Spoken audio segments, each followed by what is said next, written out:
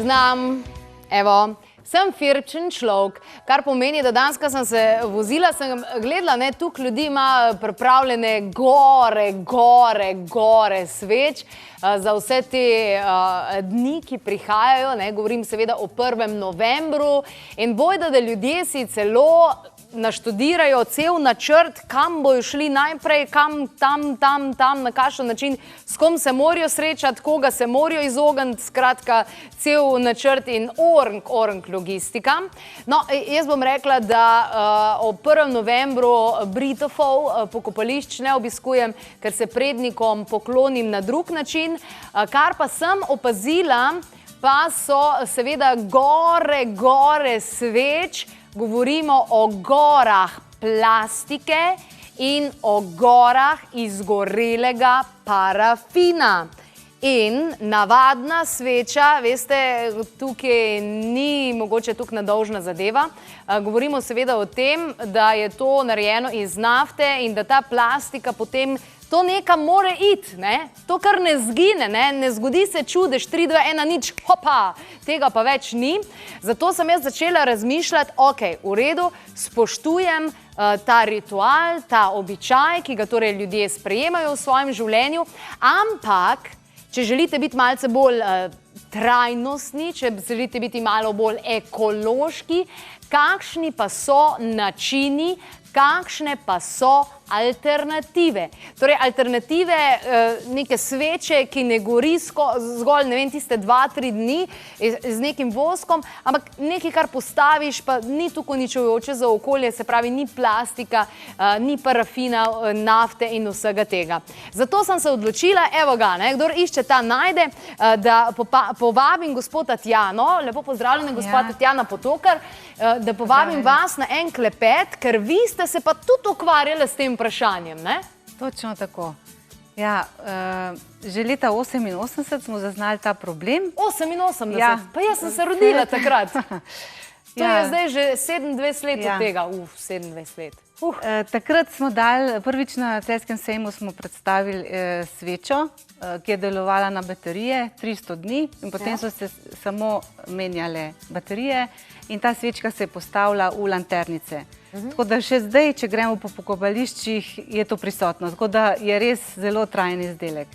Tako da predstavili smo na Celjskem sejmu, ljudje so to zelo hitro sprejeli, ampak da pride to tako masovno, traja, vmes smo razvijali še nove stvari, dali na trg neke posebne, tudi elektronske sveče, no, in zdaj par let pa opažamo velik trend, ljudje se čedalje bolj zavedajo, čedalje bolj so pozorni, kaj postavijo, kaj kupijo, tudi za kakšen denar kupijo in iščejo trajnejše rešitve.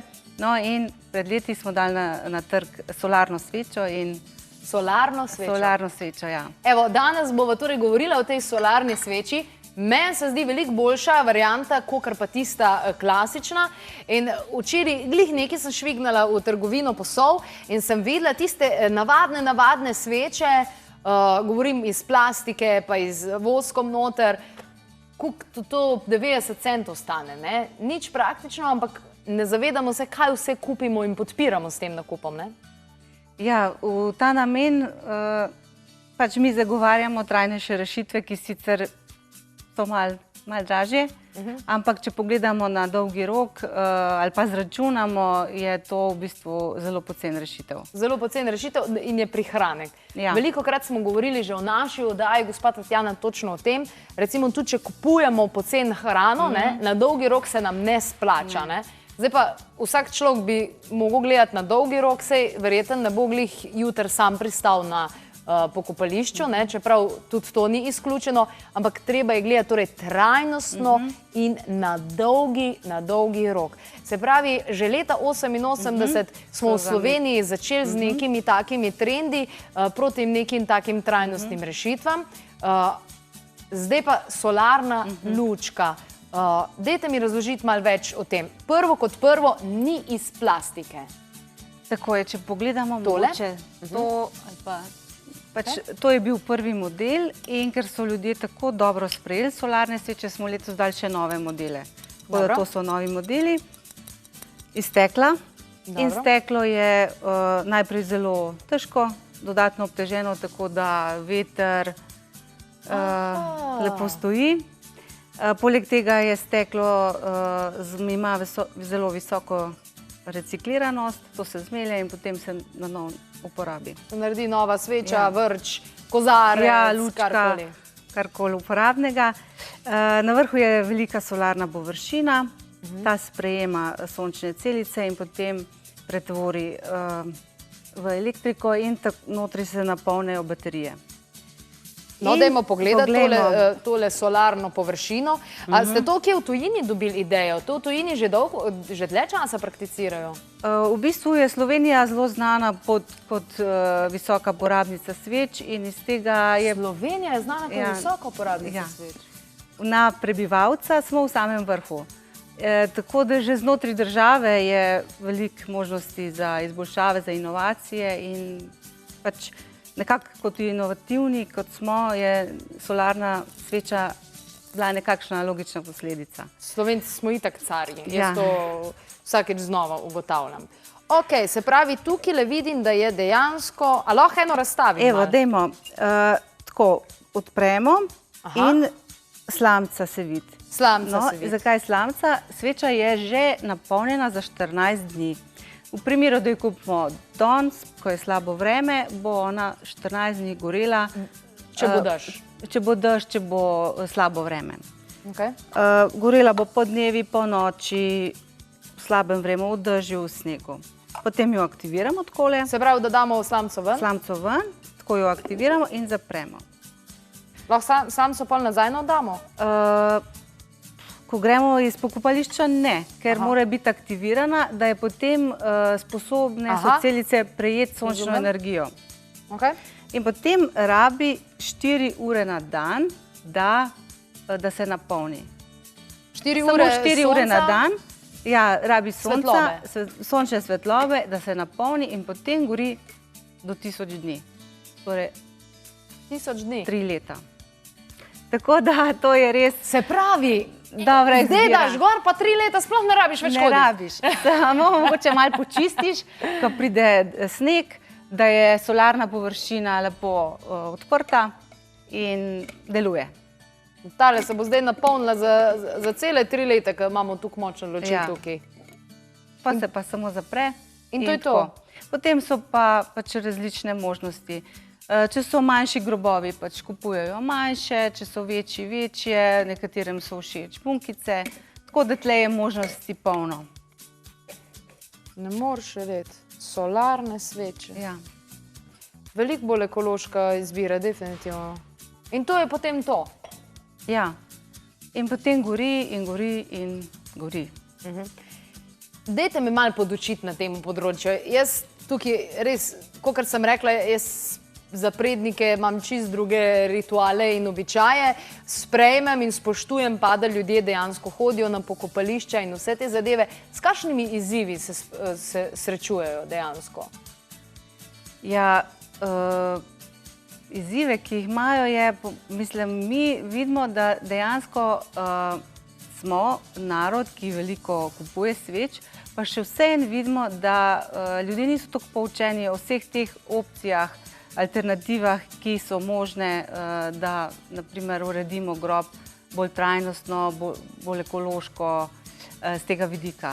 Tako da jaz mislim, da je to kar en velik izziv, kljub temu, da je to zelo prisotno v naši kulturi, da pač sveče so pogostokrat tudi kar doma ali pa v avtu jih nekateri vozijo, pa pač so vse povsod dostopne. Je to tudi dobra varianta, mislim, a se spodobi tudi recimo na pogrebe pa te zadeve podariti tako svečo? Ja, čezdalje več.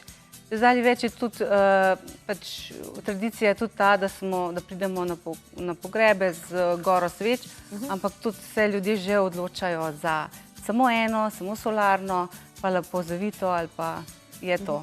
Je to en trend. Pa ste vi kaj raziskali, recimo, govorimo o čisto klasičnih svečah, tistih plastičnih pa z voskom noter, se pravi z parafinom, kakšno škodo delajo planetu?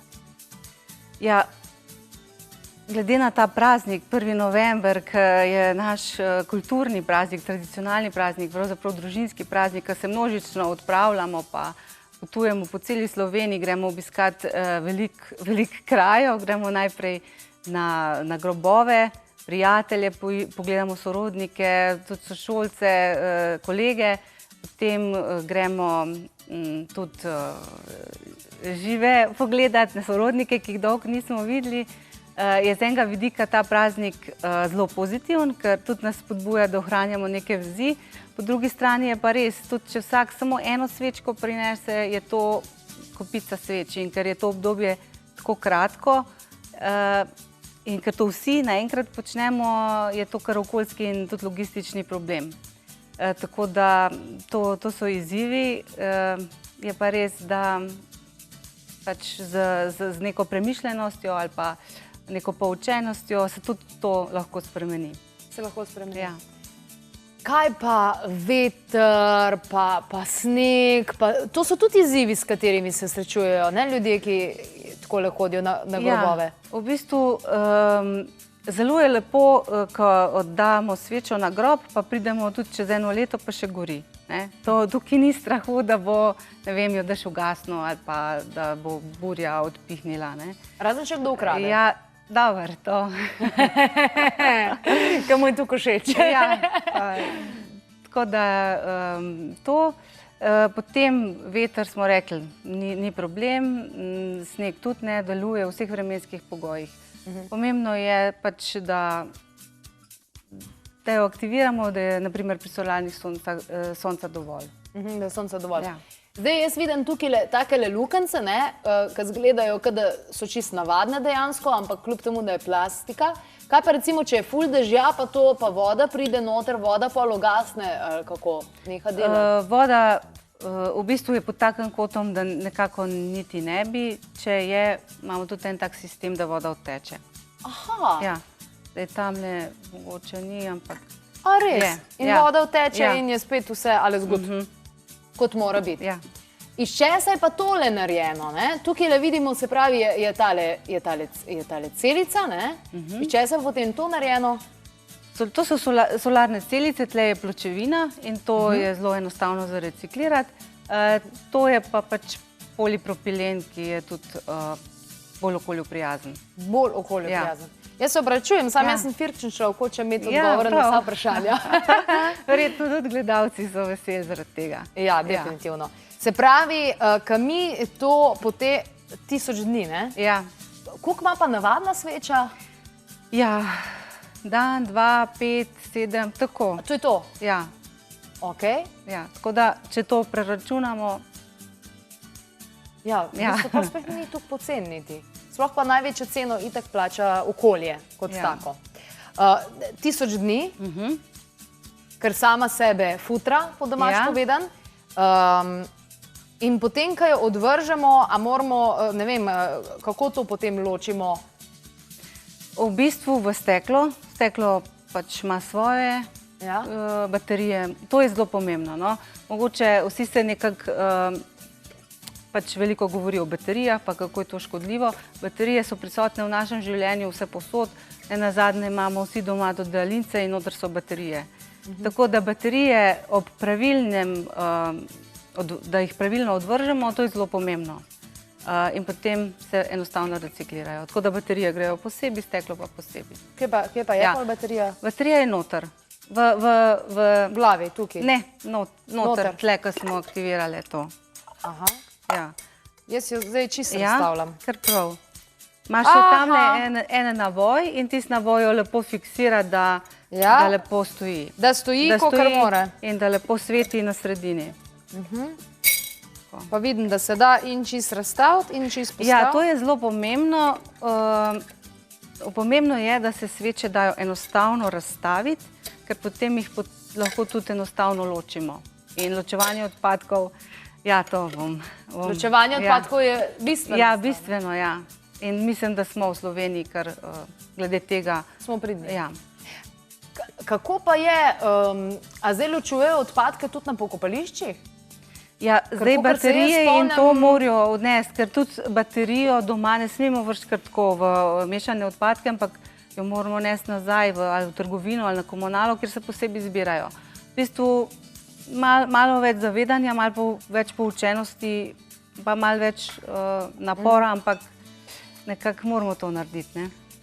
Pa smo že na tej fazi zdaj, da recimo ekološke solarne sveče lahko kupimo tako vse posod, ali moramo poiskati prav taka, ne vem, take trgovine, taka področja? Ne rabimo iti v specializirano trgovino, ker tudi so dostopne. So dostopne v trgovskih verigah in... Ok, zdaj, zakon nama ne dovoljuje, da zdaj nekaj govoriva o cenah ali pa kakorkoli, da smo si najjasni, govorimo o zdravih in ekoloških alternativah. In zdaj, če izhajamo iz tega, da je, ne vem, 90 centov tista navadna sveča, ki gori torej od 1 do 7 dni, kakšne od do so pa potem cene, recimo, za take solarne ekološke? Od 10 do 15. A to je to? Za 1000 dni? Za 3 leta, ja. Ok, zelo zanimivo. Tako da to je. Je dobra izbira. Je dobra izbira. Je to prihodnost sveč? Ja, mi mislimo, da je. Ker tudi, če pogledamo, kako se vse bolj zavedamo, gradimo pasivne hiše, električni avto in pač to je neka logična posledica, da tudi pri masovnih produktih nekako podobno razmišljamo. Voščene sveče torej lahko zelo hitro ugasnejo. Kakšna je pa vremenska napoved zdaj za ta cajt okrog 1. novembra? Bo primerno? Se bo nafilala, če ne, pa za 14 dni. Za 14 dni je ta že nafilana? Je napolnjena, potem pa rab minimalno 4 ure. Pri voščenih svečah pa nikoli ne veš, da ti že, ne? Takoj, ko se obrneš, se lahko zgodi. Tatjana Potokar, najlepša hvala za to, da ste to svojo inovativnost širili naprej in iskali bolj take zdrave, ekološke in trajnostne rešitve, kot je solarna ekološka sveča, ki smo zdaj ugotovili, da niti ni tako draga. Da začnemo razmišljati o vseh teh stvareh in ja, naj bo to prihodnost. Naj bo to prihodnost. Najlepša hvala. Kar ostanite še tle, midva bova še malo poklepetali. Takole, spoštovani gledalci in gledalke, o 1. novembru vam želim, da izkoristite in iz tega praznika poberete tisto, kaj je najpomembnejše. To, da se srečate s svojimi dragimi, še živečimi, da se spomnite in pošljete lepe misli, ljubezni in hvaležnosti vsem tistim, ki so že preminili. In da se imate lepo, da se družite, da se smejite in da ste radostni, kajti to je tisto, kar je v življenju prav zares pomembno. Pa pustite zdaj vse te ostale stvari, jaz imam pa tuk sveč, on ima pa tuk sveč, jaz imam pa take rože, jaz imam pa une rože, pa moram biti fajn oblečen, pa kako bojo pa oni oblečen. Sprostite se, bistvo življenja je vsekakor drugačno. Sicer pa na www.klepetobkavi.si lahko danes najdete mnogo praktičnih nasvetov, takšnih in drugačnih, tudi ritualov, ki jih lahko izvedete na ta poseben dan in vse ostale nasvete za to, da ostanete v svojem centru moči. No, na www.klepetobkavi.si pa tudi ostale novice o tem, da vam pomagajo oziroma ki vam pomagajo priti do dobrega zdravja, pa tudi kakšni recepti in vsi videoposnetki, zdaj 3. sezona je že, kar nekaj se jih je nabralo in vse najdete torej na spletni strani. Če pa še vedno imate kakšno vprašanje glede česarkoli, glede potovanj, glede predavanj, potem pa le pokličite tole telefonsko številko in sicer 02 6200 230, kajti ne ignoriramo tudi tistih, ki morda nimate internetne povezave in z veseljem odgovarjamo na vaša vprašanja. Naj vam bo svet lep, imejte se radi.